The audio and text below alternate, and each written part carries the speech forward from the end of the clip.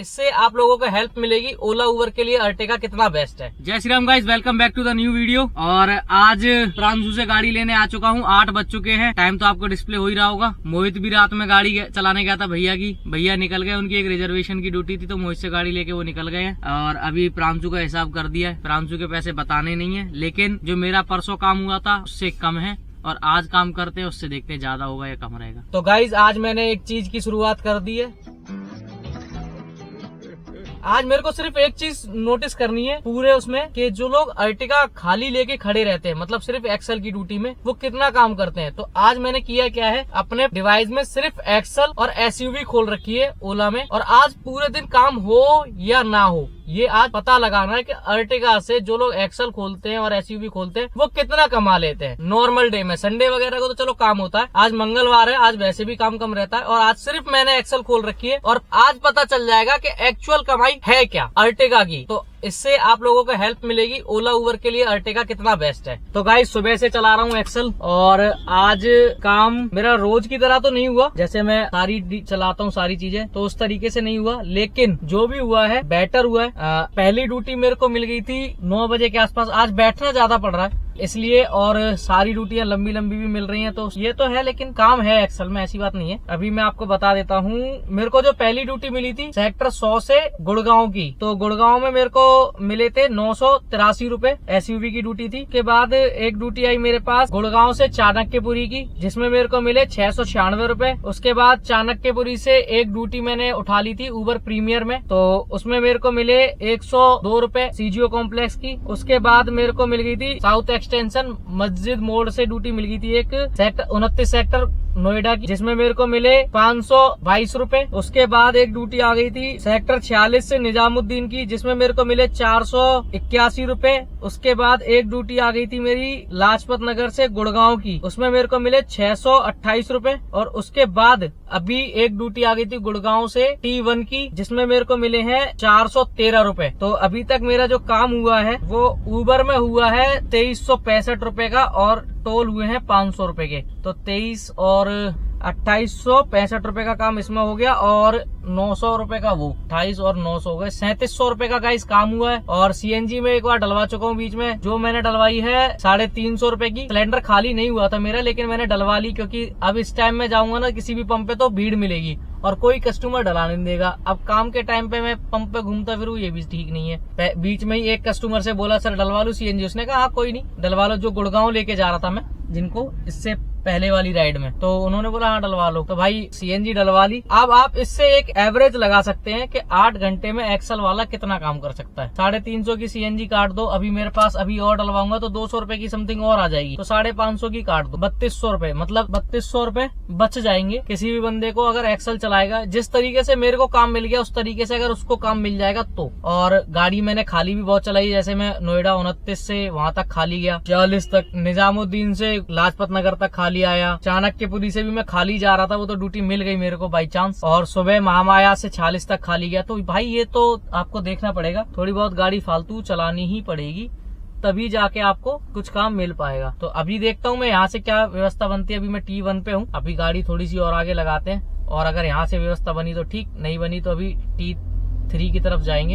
या T2 की तरफ, देखते हैं। पहले मैं चेक कर लेता हूँ कि कितनी गाड़ियां हैं वहां पे, मुझे काम मिल पाएगा या नहीं। तो T2 पे दिखा रहा है, अभी तो 16 गाड़ियां दिखा रहा है T2 पे भाई, 16 गाड़ियां, मतलब वहां पे बहुत देर में नंबर आएगा मतलब एक्सल का हमारा। और T3 पे दिखा रहा है 105 गाड़ियां, यानी अभी काम नहीं मिलेगा भाई हमें। तो देखते हैं जो भी होगा, बाकी आपको सुबह पता ही चली जाएगा कि एक्सल में कितना मैंने काम कर लिया। बाकी अगर मेरे को अभी 1000 रूपये का काम भी मिल जाए, और जिसमें 1000 रूपये के काम में मेरी 200 रूपये की सीएनजी लग जाए, तो लगभग मैं बराबर बचा ही लूंगा 4000 के आसपास, जब मेरे को 3200 अभी बच रहे हैं। मतलब अभी 1000 रूपये का काम मिले और मेरे को 200 रूपये की सीएनजी चलानी पड़े, तो मैंने वो डलवा दी। अभी मेरे को बच रहे हैं इसमें 3200, और 1000 में से 200 800 माइनस कर दोगे तो हाँ 4000 के आसपास बच जाएंगे। तो भाई यही मैं गो की ड्यूटी करता रहता हूँ तो बचाता हूँ। तो कल से भाई एक चीज अपनाएंगे, हो सका तो एक्सल चलाएंगे। और आपकी कोई डिमांड हो तो बता देना कि भाई एक दिन ऐसा करो कि गो की ड्यूटी का ही काम बताओ कि सिर्फ छोटी गाड़ी में हम कितना काम कर पाएंगे,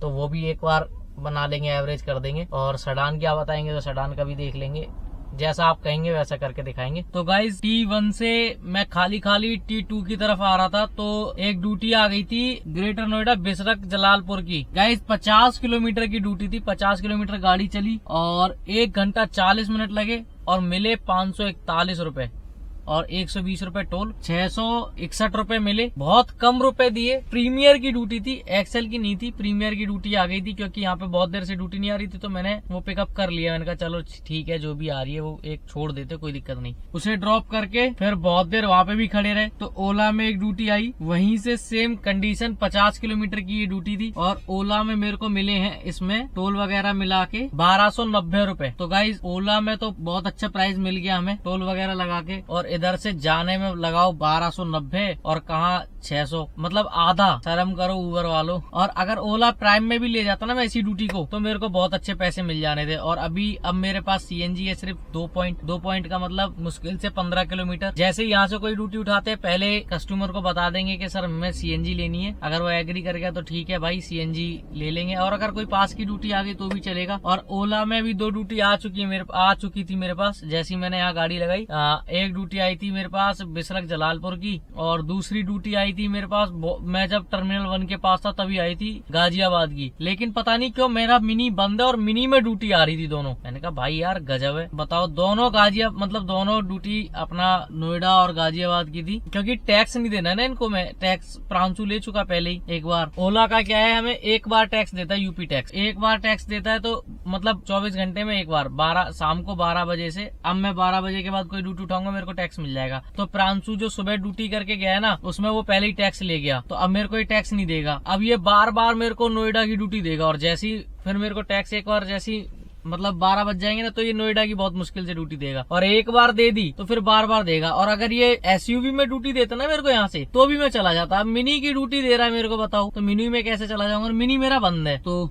अभी देखते हैं, अभी मैं जा रहा हूँ टर्मिनल 2 की तरफ जाके देखते हैं कितनी देर में बनती है व्यवस्था वहाँ से। तो गाइज एयरपोर्ट से एक ड्यूटी आ गई थी अपने पास T2 से। बहुत देर इंतजार करने के बाद 2:17 पे एक ड्यूटी आई T2 से और उसे ड्रॉप किया हमने। पहले उसमें मतलब 3 पॉइंट थे ड्रॉप लोकेशन। पहली लोकेशन थी निजामुद्दीन, वो उल्टे गए। पहली लोकेशन निजामुद्दीन, दूसरी GK2 और फिर तीसरी लोकेशन वसंत विहार। तो अभी वसंत विहार में मैं आ गया था। उनकी ट्रिप थी 1 घंटा 20 मिनट की, तो लगा लो मैं 3 बजे के आसपास, 3:30 बजे के आसपास यहाँ आ गया हूँ। तब से लेटा हुआ हूँ, 5 बज गए हैं, अभी तक कोई भी ड्यूटी नहीं आई है। मैंने गो वगैरह सब भी खोल दी क्योंकि सुबह का टाइम है, मेरे को लग रहा है जैसे तैसे मैं वहां तक पहुंच जाऊं। और अब T2 की ड्यूटी आ रही है, वो भी मिनी में। बताओ कौन जाएगा मिनी में T2 तक, क्या ही यार। और चलो वो तो खैर कस्टमर के ऊपर डिपेंड करता है कि कौन कस्टमर कहाँ से निकल रहा है। वो तो देखो कंपनी का कोई दोष नहीं है इसमें, क्योंकि कोई और गाड़ियां यहाँ से जाती मेरे को नहीं मिलती ड्यूटी तो एक अलग की बात थी। तो अब मैं खाली जा रहा हूँ प्रांशु को गाड़ी देने, और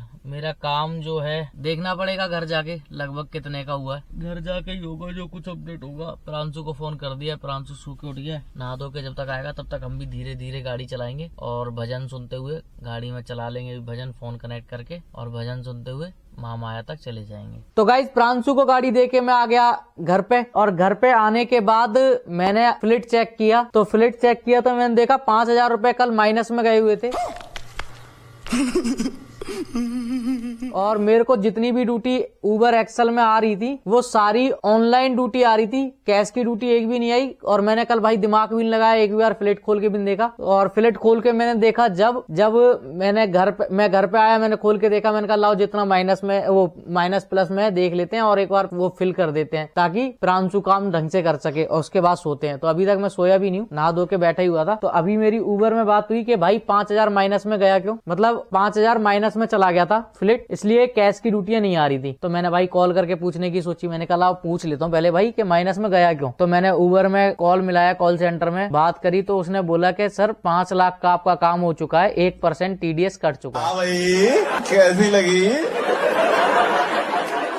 आगे स्वाद, और 1% TDS कटा है, इसलिए ये वो हुआ है। खैर वो तो एक अलग की बात है, पापा के अकाउंट में पैसे आते हैं तो पापा RTGS भरते हैं, वो 5,000 भी रिटर्न आ जाएंगे, जहां तक आ जाने चाहिए। देखते हैं बाकी क्या होता है। मार्च में गाड़ी ली थी, मतलब मार्च में गाड़ी अटैच हो पाई थी मेरी उबर में ड्यू टू सम रीजन। फरवरी में निकाली थी हमने, 11-12 तारीख की शायद डिलीवरी ली थी। फरवरी के बाद मार्च में मेरी गाड़ी अटैच हो पाई थी। 10-15 दिन ऐसे ही लग गए थे पेपरों के लिए, पेपर वर्क, ये वर्क वो वर्क, 10-15 दिन खा गए थे हम लोग। के बाद जब अटैच हुई गाड़ी तो मार्च से 9.5 महीने में 5 लाख का काम सिर्फ उबर से कर दिया मैंने। सिर्फ उबर से 5 लाख 5.5 लाख का वो 5 लाख का काम हो गया भाई अपना। मैंने भी किया है, प्रांशु ने किया है। प्रांशु तो अभी खैर 2 महीने से चला रहा है। लगा लेना, कैलकुलेशन कर लेना कि आप लोग कैसा कर पाएंगे। अब आ जाते हैं अपने काम पे। उबर में मेरा कल काम हुआ था 3772 रुपए का। टोल मिले हमें इसमें 630 रुपए के। टोटल हमारा काम हुआ उबर में 4402 रुपए का। ओला में हमारा काम हुआ था 2411। सॉरी, ओला का काम क्या था, ओला का जो मैं आपको अभी वीडियो डालूंगा जो स्क्रीनशॉट वाली, स्क्रीन रिकॉर्डिंग वाली, तो उसमें क्या है कि प्रांशु की एक ड्यूटी ऐड हो रखी है 530 रुपए की। तो लास्ट में हम उसे माइनस करेंगे, तो मैंने माइनस करके बना रखा है। वैसे मेरा काम हुआ है 1999 रुपए का। 220 के मेरे को मिले हैं टोल। 2219 रुपए का मेरा हुआ है काम। मेरा पर्सनल जो काम हुआ है 2219 रुपए का हुआ है। तो आप चाहे तो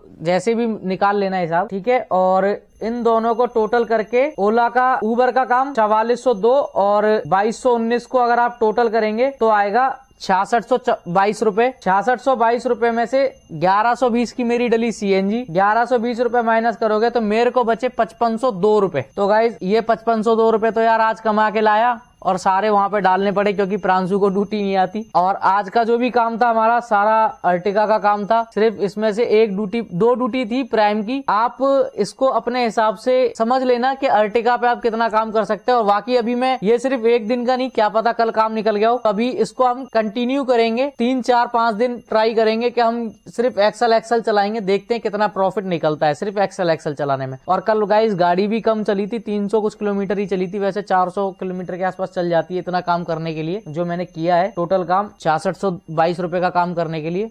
और अर्निंग सही आ गई कुल मिला के। ये ना एक्सल में हम चलाते तो हमारी सीएनजी कम लगती है। आई होप ये वीडियो आपके लिए थोड़ा सा समझने में सहायता करेगी कि आपके लिए गाड़ी कौन सी बेटर रहेगी। शायद एक्सल रहे, मेरे को ना समझ में आया हो, मेरे को भी खैर अभी समझ में आया हो, तो आप अपने हिसाब से समझ लेना। और वीडियो अगर आपके लिए थोड़ी बहुत भी समझने लायक हो तो वीडियो को लाइक, कमेंट, शेयर, सब्सक्राइब जरूर करें। मिलते हैं फिर एक नई वीडियो में, तब तक के लिए जय श्री राम।